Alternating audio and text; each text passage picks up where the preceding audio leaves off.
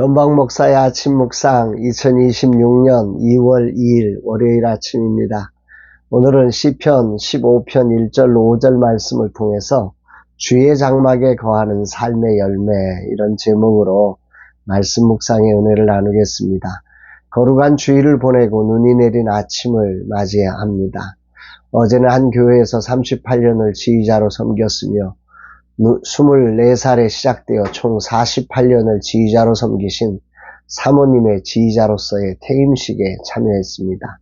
화려한 자리가 아니었지만 48년이란 긴 시간에 있었을 다양한 이유와 어려움을 견디시며 하나님을 찬양하는 역할을 묵묵히 감당해 오신 그 헌신의 깊이를 이렇게 돌아보며 생각하며 감동이 되었습니다.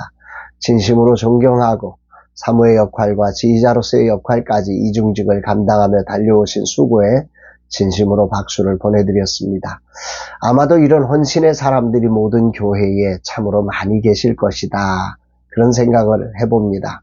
이런 분들이 있어 한국교회가 놀라운 부흥을 이룰 수 있지 않았을까 생각합니다. 저도 남은 생에 묵묵히 내게 주어진 목세기를 충성되게 감당하는 종이 되기를 다짐해 봅니다.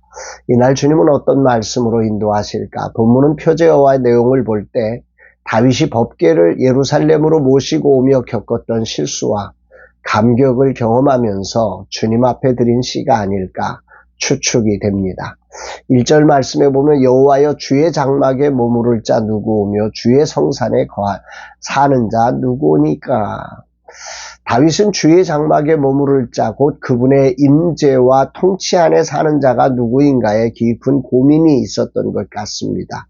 아마 그런 고민을 가지고 성전을 짓고 싶은 그런 열망도 나오지 않았을까 이런 생각도 해보는데요. 어쨌든 그런 깊은 열망을 가지고 답을 찾아가면서 그는 먼저 그 장막에 거하는 자가 누군가에 대한 정의들을 이렇게 오늘 본문에서 고백하고 있어요. 2절에 보니까 정직하게 행하며 공의를 실천하며 그의 마음에 진실을 말하며, 이 긍정적인 표현인데요. 여기 주의해야 될 것은 다윗은 지금 구원의 조건을 말하고 있는 게 아니라는 사실입니다. 그는 분명히 하나님의 택함을 받아 왕이 되었고 하나님의 인도하심 속에 놀라운 하나님의 뜻을 이루었던 구원의 사람입니다.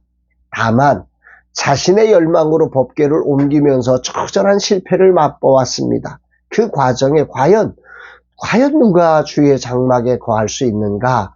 주의 성산에 살 수 있는 사람은 도대체 어떤 사람인가에 대한 깊은 고민 속에 그가 이런 답들을 고백하고 있는 것이 아닐까 생각을 합니다. 하나님이 임재하시는 그분이 통치하시는 세계의 모습을 고민하며 다윗이 고백한 말인 거죠. 그러나 이것은 분명한 것은 흠없고 완전한 윤리적 잣대를 이야기하고 있는 게 아닙니다. 그저 말씀에 굴복되어 살아가는 삶이고 공의를 실제 삶으로 실천하는 사람이며 내면의 진실을 지켜가려고 노력하는 그런 사람을 표현한 것입니다. 다윗은 다시 3절 이후로 해서 다양한 예를 들어서 이 하나님의 장막에 거하는 자, 성산에 사는 자가 누구인지에 대해서 쭉 설명을 하는데, 먼저 3절에 보니까 혀로 남을 헐뜯지 아니하는 자다 이렇게 표현합니다. 하나님의 임재로 살아가는 삶의 특징은 생명 살리는 일에 동참하는 사람 아니겠습니까? 그러므로 은밀한 말로 뒤에서 이웃의 삶을 허무는 그런 죄악을 범하지 않는다. 말로 죄를 범치 않는다. 이런 사람이다. 이렇게 표현을 하고요. 두 번째로는 이웃에게 악을 행하지 않는다. 첫 번째가 입으로 악을 행하지 않는다면 두 번째는 행동으로도 악을 행하지 않는다. 이렇게 표현하고, 세 번째로는 이웃을 비방하지 않는다. 그러니까 말로 뒤에서 은밀하게 험담하는 것이 첫 번째라고 하면, 이웃을 비방하지 않는다는 것은 대놓고 그의 그 책을 잡는다든지 명예를 훼손한다든지 이런 것들로 해서 관계가 깨지는 그런 아픔들을 만들지 않는다. 이렇게 보는 것입니다. 그렇죠. 하나님의 통치라고 하는 것, 하나님이 통치하는 세상은 막힌 담을 헐고 나누어졌던 자리가 둘로 하나 되어서 형제가 연합하는 그 아름다운 자리가 하나님의 통치 속에 일어나는 것인데 이웃을 비방해서 그 관계를 깨뜨리는 일을 할 수는 없는 것이죠. 4절에는 다윗은 그의 눈은 망령된 자를 멸시한다 이렇게 표현을 하고 있어요. 망령된 자라고 하는 거 히브리어로 니마스라고 하는 단어인데요.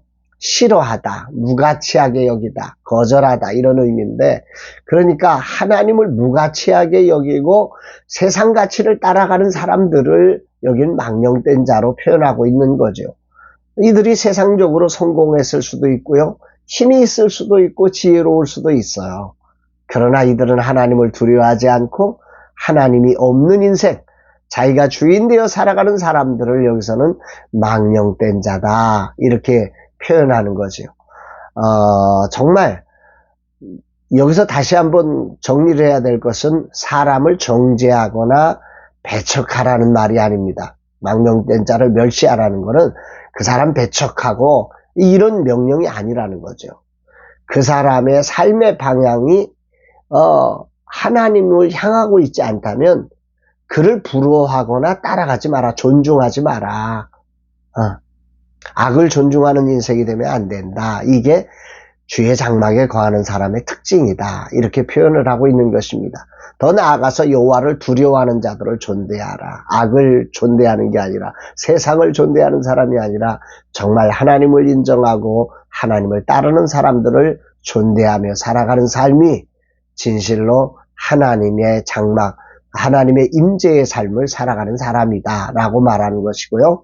그 다음에 서원한 것은 해로울지라도 지키라고 말합니다. 그러니까 하나님 나라의 가치는 이익에 따라 움직이는 사람이 아니라 하나님과 영혼과의 관계를 우선해서, 그걸 우선해서 지켜가는 사람이다 고백하는 거죠. 5절에서 이자를 받으려고 돈을 구워주지 않는다고 합니다. 자신의 이익을 위해 이웃을 고통하는 곳으로 놓을 수가 없는 거지요. 이웃을 사랑으로 동행하는 사람이 되는 게 주의 장막에 거하는 사람의 특징입니다. 이익의 가치가 아니라 영혼의 가치를 소중히 여긴다는 것입니다. 그리고 마지막으로 뇌물을 받지 않아 무지한 자를 해하지 않는다고 합니다. 뇌물을 통해 무지한 자가 죄인이 되고 죄인이 선인이 되는 이런 엉뚱한 하나님 나라의 공의가 깨어지는 일을 할 수는 없는 거죠. 주의 장막에 거하는 자는 그런 것들을 할 수가 없다, 하지 않는다 이렇게 말합니다. 그러면서 이런 주의 장막에 거하는 자들의 삶을 향해서 다윗은 영원히 흔들리지 아니할 것이다 이렇게 마무리하면서 말씀하고 있습니다. 여호와의 장막 곧 예배의 삶이라고 하는 것, 그리고 하나님의 통치 아래 거하는 삶은 율법을 지킨다는 개념을 말하고 있는 게 아닙니다. 그의 삶, 그의 말, 그의 행동, 그의 관계, 그의 가치관이 하나님의 성품을 드러내는 이웃과 하나님을 향한 사랑, 그래서 영혼을 살리는 가치 속에 살아가는 사람들이다 이렇게 다윗은 정의하고 있는 것 같습니다.